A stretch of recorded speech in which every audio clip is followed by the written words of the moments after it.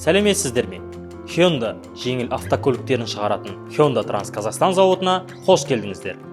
Біз үшін басты мақсат тұтынушыларымыздың бізге деген сенімі, қауіпсіз еңбек жағдайлары және брендіміздің беделі.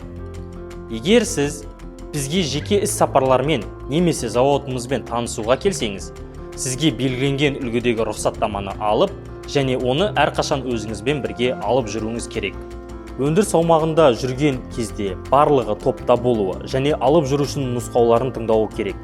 Өндірістік ғимараттардың аумағында жүруге тек сол мақсаттар үшін қатаң бөлінген жолдар мен жол белгілерімен көрсетілген орындар бойынша ғана жүруге рұқсат етіледі. Өз бетінше кез келген электр қалқандарын және басқару шкафтарын ашуға, жабдықтың іске қосуға немесе өшіруге, қорғаныс жүйесін қосуға, өшіруге және тексеруге, немесе жұмыс процесіне кедергі келтіруге қатаң тыйым салынады. Өндіріс аумағында жүрген кезде штаттан тыс жағдайда автоматты хабарландыру жүйесі іске қосылады. Дауыстық және дыбыстық дабыл. Дабыл қағылған жағдайда еш қобалжымастан дереу өндіріс аумағына шығып, зауыттың периметрі бойынша орналасқан арнайы белгімен белгіленген эвакуациялық пунктке бару қажет.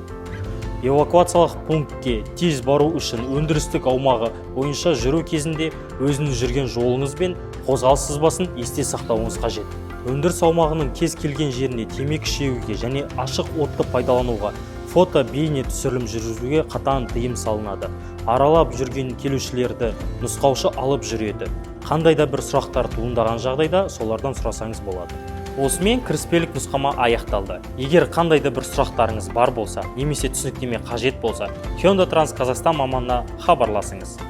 Сіздерді кіріспелік нұсқама журналына қол қойып, рұқсатнаманы ұмытпағаныңызға және барлық жеке қорғаныс құралдарын кигеніңізге көз жеткізуіңізді сұраймыз.